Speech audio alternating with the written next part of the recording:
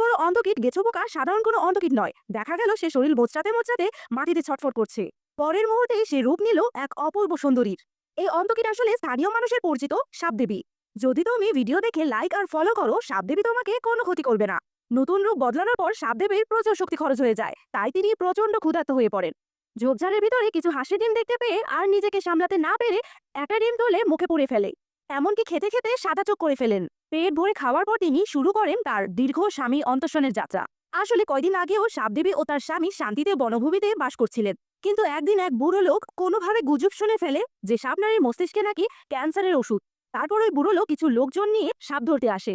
কিন্তু তার লোকেরা একে অপরের চেয়ে ভীতু ছিল, কেউ সামনে এগিয়ে যেতে চাইছিল না। তখন বুড়ো লোকটি 10 মিটার লম্বা স্ক্রুড্রাইভার হাতে নিয়ে লোকজনকে বাধ্য করেন ধরতে। তখন সুযোগ বুঝে যখন অন্তকীটটি অসতর্ক ছিল, তারা একটাকে ধরে ফেলে। কিন্তু দুর্ভাগ্যবশত তারা ভুল করে সাপদেবীর স্বামীকে ধরে ফেলে এবং একটি বক্সে ভরে নিয়ে চলে যায়। সাপদেবী তার স্বামীর গন্ধ অনুসরণ করে শহরের দিকে এগিয়ে আসেন। শহরে ঢুকে তিনি দেখেন চারিদিকে ঝলমলে আলো, মদ ও নাচের উৎসব, সবাই নাচছিল। সাপদেবীও তার অপূর্ব শরীরের ভঙ্গিতে সেই নাচের দলের সাথে মিশে যায়। কিন্তু তখন পিছন থেকে দুটো কুপ্রকৃতির লোক তার উপর নজর দেয়। তারা একটা কাপড় দিয়ে সাপদেবীকে তুলে নিয়ে যায় এবং একটা বাড়িতে আটকে মারধর শুরু করে। কিন্তু এবার যা ঘটার কথা ছিল না তা ঘটে যায়। সাপদেবী রূপ পরিবর্তন করা শুরু করেন। এতে পাশে থাকা পুরুষরা এতটাই ভয় পায় যে প্রায় ভয়ে বেহুশ হয়ে গেল।